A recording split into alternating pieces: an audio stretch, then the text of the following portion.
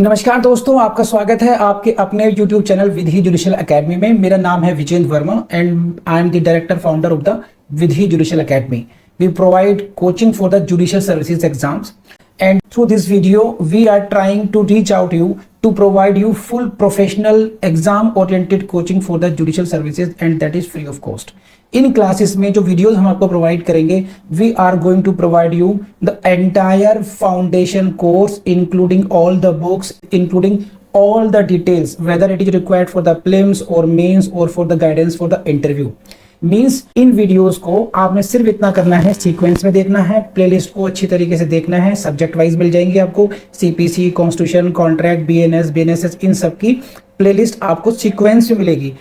इन playlist को देख करके आपने you have to take the coaching from the scratch.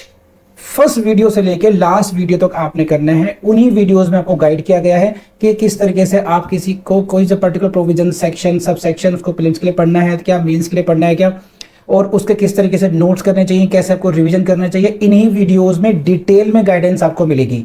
तो प्लीज आपसे ये रिक्वेस्ट है, आप ये ना समझें कि यूट्यूब में फ्री में दिया गया है तो फिर ऐसे ही होगा। ये वो प्रोफेशनल कोर्स है जिसके लिए हम लोग अच्छी खासी हाई फीस लेते आए हैं स्टूडेंट से, लेकिन एक टाइम आता है इंसान को समाज के लिए भी करना चाहिए, और उसी इंटेंशन के साथ में we are providing you the entire course free through the YouTube channel Vidhi judicial academy. तो प्लीज हर वीडियो की जो थंबनेल है उसको देख करके आपको आइडिया लग जाएगा कि इसका सब्जेक्ट क्या होने वाला है। कुछ टॉपिक्स ऐसे होते हैं जिनको एक लेक्चर में कवर नहीं किया सकता, तो उसमें लेक्चर नंबर 1, 2, 3 सीक्वेंस से मिलेगा।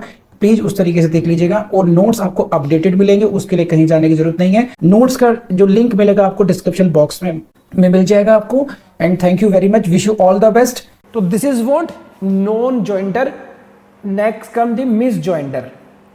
सी, if two or more persons are joined as plaintiff or defendants in one suit. Now this is not the case of non-joinder नहीं है. You have joined someone either as a plaintiff or as the defendant. लेकिन कैसे? In contravention of order 1, rule 1 and rule 3 respectively. See, rule 1 is dealing with the situation when you can join a person as a plaintiff who may be joined as plaintiffs, that is we can say joinder of plaintiffs, rule 1. So rule 1 directs you, give you directions who should be the party as a plaintiff in this case. But what you are doing, you are joining someone in contravention of rule 1 as plaintiff, or you are contravening the provisions of rule 3 and joining someone as defendant. So either you are committing the contravention of rule 1 or rule 3 and joining someone. So I again read it.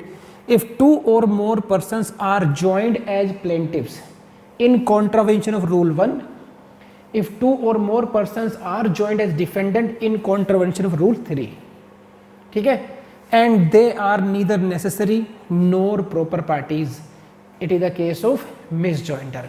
So these are two different terms, misjoinder and non-joinder of parties. Now you can see like this also देखिए, this the case of misjoinder of parties. You please see this slide, यहाँ समझ में आएगा आपको। Two और more persons are joined as plaintiffs और defendants in one suit, and how they are joined in contravention of rules 1 और 3 respectively. They are neither necessary party nor proper parties. They are just joined, and the joining is in the contravention of rule 1 or 3. Then this is the case of misjoinder of parties. कर लेंगे नहीं कर लेंगे आप? तो you see this rule 1 and rule 3, these are dealing with the joinder of plaintiffs, joinder of defendants.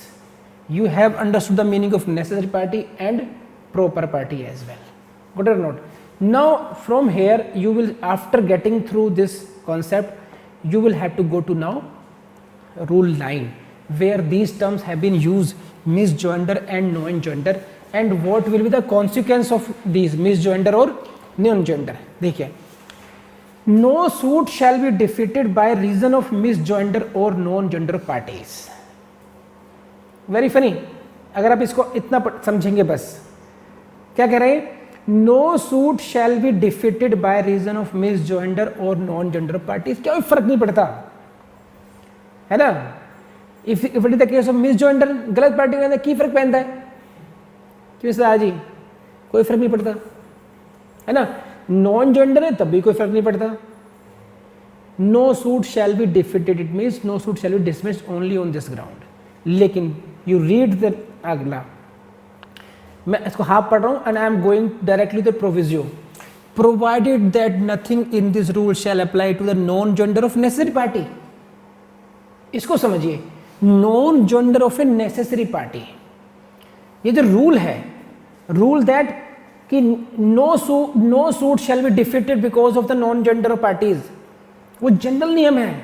But if it is the case of non joinder of necessary party, because necessary party का meaning क्या है, necessary party का meaning अपने आप में क्या है कि in the absence of which no effective suit can not be disposed. समझ रहे हैं आप? तो नेसेसरी पार्टी का मीनिंग है कि उसका तो होना बहुत जरूरी है, इसलिए if it is the case of non joinder of necessary party then suit shall be dismissed only on the ground. आप बात समझ रहे हैं आप ये? तो ध्यान रखना, effect of section 9 is dealing with the misjoinder and non joinder. नियम is what is the rule that no suit shall be defeated in general, but if it is the case of non joinder of necessary party, very important question for your prelims, ध्यान रखना, then suit can be dismissed only on this ground. समझ लेंगे? समझ ले, ये रहा देखिए question. On account of मिसजेंडर और non joinder of parties under order 1 rule 9 the suit is liable to be dismissed, cannot to be dismissed, may be dismissed or may not be dismissed as per the discretion of the court. This is misgender or non-gender. तो this is what general law। कर लेंगे आप? See, तो this is 9। अब now suppose कीजिए second part में पढ़ लेते हैं रूल 9 का। The court may in every suit deal with the matter in controversy as so far as regards the rights and interest of the parties actually before it. If this is the case of non-gender, suppose, है ना, तो what is the direction of rule 9? That court may deal with the suit vis-a-vis the parties before it। जो party सामने है उनके rights liabilities को court decide कर सकती है। अब आप समझिए इस बात को। Order 1 rule 1 to 13 all rules should be red together. Court देखिए, आपके पास प्लेंटिफ के पास क्या क्या पावर है, joinder of plaintiff, joinder of defendant है ना, रूल 1, 3, 6, 7, ठीक है। But court has the power of what, कि if the court find the because of joinder plaintiff trial में भी डिलेड, ये सेपरेट ट्रायल का ऑर्डर कर सकती है। Because of joinder of defendants trial में भी delayed, again court can, court is not helpless, court will see what is to be done. If it is a non-gender, court can ask add the parties. If it is हम लोग पढ़ेंगे rule 10 में, हम लोग पढ़ेंगे striking out भी है। अगर it is the case of misjoinder then court can strike down the parties as well. तो court has all the powers to deal with such matters. तो आपको ये जानना है for the purpose of your exam कि कौन से rule में कौन सी पावर दी गई है, कौन से रूल का प्रोविजन क्या है। तो rule 9 dealing with the misjoinder and non joinder of the parties, I think it is more than sufficient for you. Now you please see this. अभी तक जो हम लोगों ने पढ़ा है, कुछ क्वेश्चंस आप लोग देख लीजिए अभी तक कैसे कैसे क्वेश्चंस आएंगे आपके सामने। Very very simple questions. Order 1 of the CPC deals with what, parties to the suit. Heading से क्वेश्चन आया, which one of the following provisions of CPC deals with the joinder plaintiffs. Order 1 rule 1, very simple. Which provision joinder of defendants, rule 1, rule 3। In the absence of necessary party, it means non-gender of necessary party. It means rule 9, no decree can be passed. The statement is true. In the absence of the proper party, no decree can be passed. This statement is false. Rule 9, general law. और इस वाले case में क्या था, proviso to rule 9. In rule 9, in case of necessary party. देख रहे हैं आप कितने इजी क्वेश्चन आए हुए। ये इजी हो जाते हैं कब, जब आपने ढंग से ऐसे पढ़ रखा होगा। इसको कर लेंगे। एंड दिस इज बस, तो मोटे मोटे से हल्के हल्के 4-5 क्वेश्चन हैं। आपको नंबर पता होना चाहिए किसका कॉन्सिक्वेंस क्या होगा क्या नहीं होगा। लेकिन अब मुझे बताइए, next comes, if this the case of non joinder और misjoinder, then what is your duty, someone should object to it, and for that purpose from order rule 9 you will have to go to rule 13। Very important. rule it is what 13 objections to the non-joinder or misjoinder. तो rule 9 and 13 should be read together. समझे? तो आप ऐसे कर सकते हैं, देखिए समझिए, rule 1, 3, 6, 7 these are related to the basically joinder of parties. So these 4 rules are guiding you for joining as parties. Then comes the concept, then comes the effect of non-joinder or misjoinder in rule 9, and also related to this is 13 objection to the non-joinder. When can you object? And this is again the question of your prelims exam. All objections on the ground of non-joinder or misjoinder of the parties shall be taken at the earliest possible opportunity. So this line, at the earliest possible opportunity, should be highlighted by you. It is very important for your exam कि objections कब करेंगे आप. The time is what? At earliest possible opportunity. And in all cases where issues are settled, everywhere you will see the same language. In all cases where issues are settled, at or before such settlement, means in the cases where issues are framed, so at or before the framing of such issues you should make objections. Otherwise you will have to justify this, because unless the ground of objection has subsequently arisen, you will have to satisfy the court that I could not object to the joinder or misjoinder or non-joinder because that the ground arose later on. ठीक?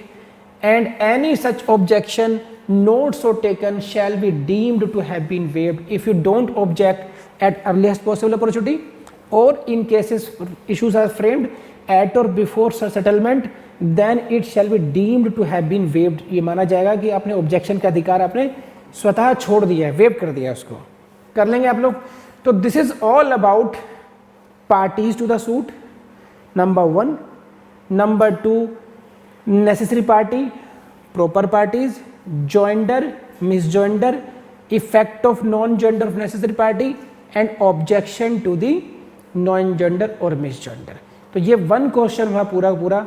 Rule 8 अपने आप में एक अलग code हुआ, representative suit हो गया. Rule 10 अपने आप में अलग होगा कि भाई वो striking out of the parties का. कर लेंगे आप लोग. तो that's all for this topic. दोस्तों, एक एजुकेशन एक ऐसी चीज है, ज्ञान एक ऐसी चीज है जो जितना पढ़ाओगे, जितना शेयर करोगे उतना बढ़ेगा.